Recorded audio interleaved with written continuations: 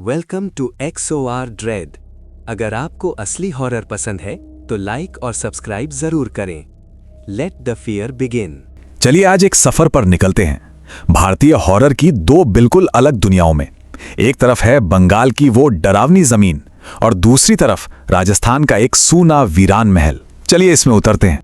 अगर किसी को उस औरत का भूत दिख जाए तो कुछ ही दिनों में उस आदमी का मरना पक्का हो जाता है।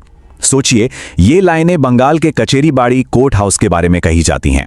ये सिर्फ एक झलक है उस खौफ की जिसमें हम आज गोता लगाने वाले हैं। तो चलिए सबसे पहले चलते हैं बंगाल। यहाँ की हवाओं में अंधेरे में कुछ कहानियां फुसफुसाई जाती हैं। ये बंगाल के भूतों की कहानियां हैं जो वहां की जमीन और लोगों के विश्वास में बहुत गहरे तक बसी हुई हैं। तो बंगाल की लोक कथाओं में ना एक बहुत ही अजीब सा दानव है, नाम है पेंचा पेची। कहते हैं ये उल्लू जैसा दिखता है और अपना रूप बदल सकता है। पूर्णिमा की रात को जंगलों में घूमता है शिकार की तलाश में, और कहानी ये है कि ये अपने शिकार का खून चूस लेता है।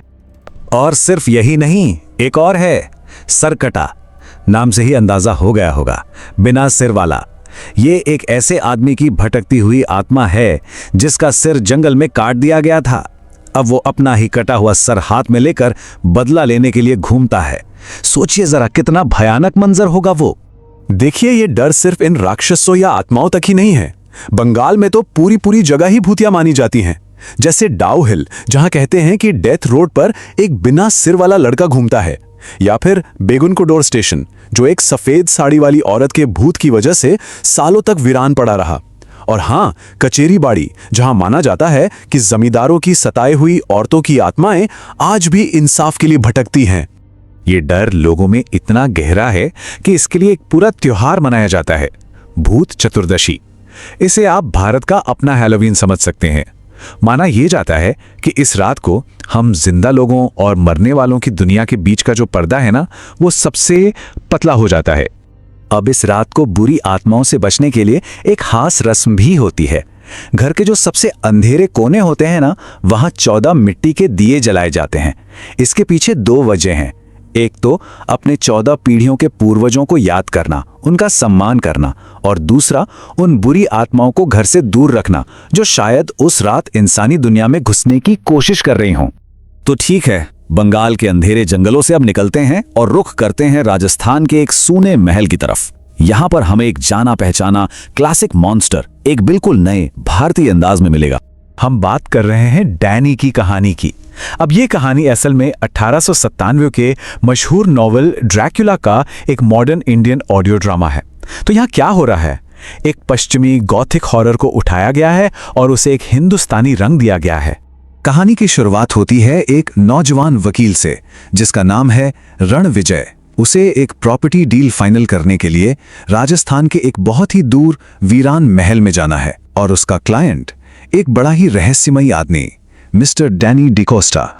अब रणविजय जैसी अपने सफर पर निकलने वाला होता है, सराय की मालकिन उसे रोकती है और क्या कहती है, भगवान के वास्ते वहां जाओ कोनीसा, क्यों इस उम्र में जान देने पर तुले हो।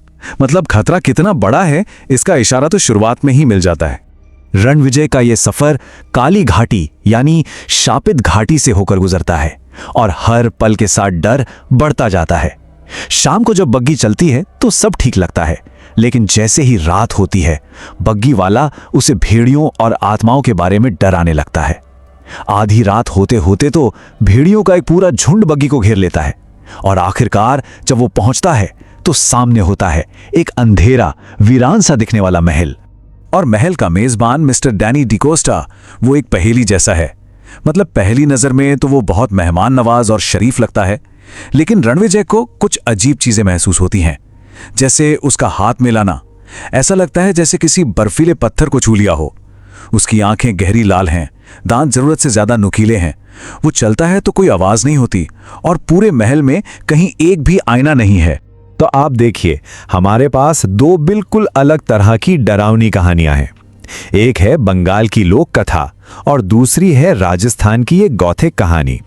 चलिए जरा इन दोनों में जो डर है ना, उसकी बनावट को समझने की कोशिश करते हैं। जब हम इन दोनों को आमने सामने रखते हैं ना, तो फर्क बिल्कुल साफ नजर आता है। बंगाली लोग हॉरर में जो मॉन्स्टर हैं वो जमीन से, प्रकृति से जुड़े हैं, जैसे भूत, प्रेत, दानव। वहीं राजस्थानी गॉथिक हॉरर में एक शातिर अमीर शिकारी है, एक वैम्पायर। सेटिंग भी एकदम अलग है। एक तरफ भूतिया जंगल और गांव हैं, तो दूसरी तरफ एक अकेला खंडहर जैसा महल। और डर का एहसास भी, एक में सीधा सीधा जान का खतरा है, जबकि दूसरे में डर धीरे धीरे आपके दिमाग पर हावी होता है, आपको अकेला महसूस कराता है। तो मतलब जो लोग हॉरर होता है वो जमीन से और उस जगह पर रहने वाले लोगों के मन के डर से जन्म लेता है। ये उन लोगों की मिलीजुली चिंताओं को दिखाता है। और दूसरी तरफ है गॉथिक हॉरर। ये इंसान को अकेला कर देता है, उसका अपना ही दिमाग उसके लिए एक जेल बन जाता है। रणविजय का जो डर है वो सिर्फ उसका अपना है, उस महल की चारदीवारी के अंदर, पूरी दुनिया से कटा हुआ। तो सवाल ये उठता है कि आखिर हम डरावनी कहानियां सुनाते ही क्यों हैं? किसी एक चीख की गूंज सदियों तक क्यों सुनाई देती रहती है?